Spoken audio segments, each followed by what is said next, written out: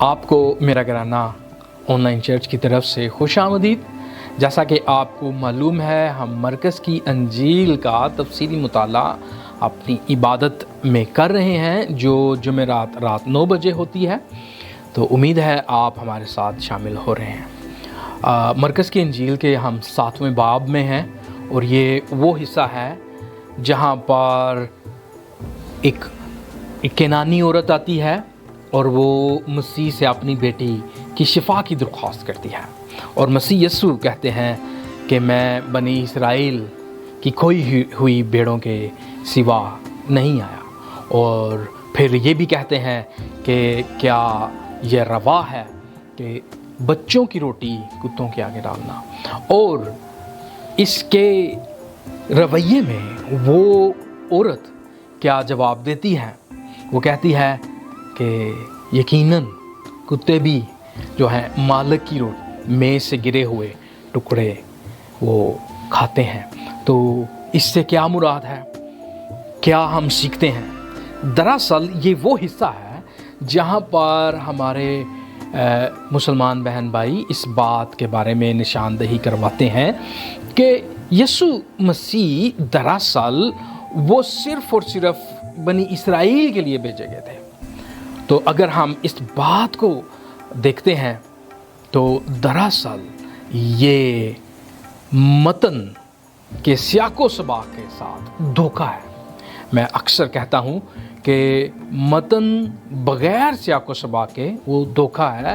ہمیں اس بات کو سمجھنا اور سیکھنا ہوگا، کیونکہ اگر ہم متن ہی کو دیکھتے ہیں اور اس کے سیاق و سباق میں نہیں دیکھتے تو ہم اپنے آپ کو دھوکے میں رکھ رہے ہیں۔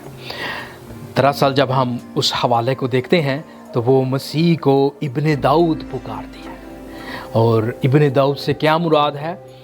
وہ مراد ہے داؤد سے کیا ہوا وعدہ کہ وہ سدا کے لیے ایک بادشاہ اس کی نسب میں سے آئے گا۔ اور اس کے ساتھ ساتھ ہم دیکھتے ہیں حضرت سلیمان کو بھی ابن داؤد کہا گیا، اور جب ہم حضرت داؤد اور حضرت سلیمان کے بارے میں دیکھتے ہیں تو ان کے بارے میں ہم ایک بات کا انکشاف کرتے ہیں کہ وہ بدروحوں کو بھی نکال سکتے تھے، اور اس لیے تو ریت اور ربی اس بات کا اقرار کرتے تھے کہ جو حقیقی ابن داؤد آنے والا ہے وہ حضرت داؤد سے اور سلیمان سے بھی بڑا ہوگا، اور اس کی کرامات ان سے بھی بہترین ہوں گی۔ اس لیے انجیل مقدس میں ہم پڑھ چکے ہیں کہ یسوع مسیح نے خود فرمایا کہ یہاں سلیمان سے بھی بڑا موجود ہے، اور وہ اپنے بارے میں بات کر رہے تھے۔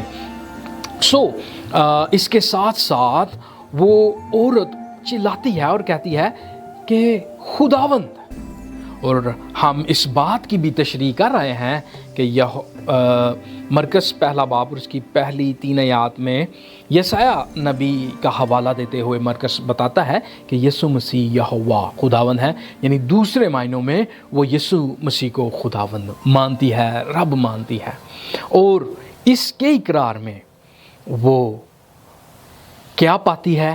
نہ صرف شفا اپنی بیٹی کی، بلکہ مسیح یسوع سے کہتے ہیں کہ میں نے ایسا ایمان بنی اسرائیل میں بھی نہیں دیکھا۔ یقیناً ہمیں ان باتوں کو سیاق و سباق میں دیکھنا لازمی ہے، اور مسیح یسوع وہاں پر موجود ہیں جہاں پر اس وقت کے ربی بھی جانا پسند نہیں کرتے تھے۔ یہ غیر قوموں کا علاقہ ہے۔ اگر مسیح یسوع غیر قوموں کے لیے نہیں آئے تو وہ وہاں پر کیوں گئے؟ وہ کیوں یو ٹرن یا ایک علیحدہ جو ہے وہ بائی پاس کرتے ہوئے وہاں سے نہیں گزرے؟ یقیناً اس کا ایک مقصد تھا، اور اس کے ساتھ ساتھ ہم دیکھیں گے کہ کیا آدم، ابراہیم اور حضرت نوح، کیا یہ لوگ یہودی تھے، اسرائیلی تھے؟ اور مسیح کے نسب نامہ میں موجود 4 خواتین جو مسیح کے نسب نامہ میں ہیں، کیا وہ اسرائیلی تھیں؟ تو کیا بات ہے، کیا معاملہ ہے؟ اور پھر مسیح یسوع یہ واحد ہی عورت نہیں جس کو شفا ملتی ہے اس کی بیٹی کو، بلکہ اس کے علاوہ اور بھی لوگوں کو مسیح یسوع نے شفا دی۔ مسیح یسوع یونانی لوگوں کے ساتھ بات کرتے ہیں، اور اس کے ساتھ ساتھ مسیح یسوع انجیل کے اختتام پر ہمیں فرماتے ہیں کہ سب قوموں میں جا کر انجیل کی بشارت ہو، اور جو کوئی ایمان لائے انہیں باپ اور بیٹے روح القدس کے نام سے بپتسمہ دو۔ ان سب باتوں کو ہم دیکھیں گے۔ اگر آپ چاہتے ہیں کہ ہمارے ساتھ شامل ہوں تو جمعرات رات 9 بجے ہم آن لائن ہوں گے ان تمام تر باتوں کے ساتھ۔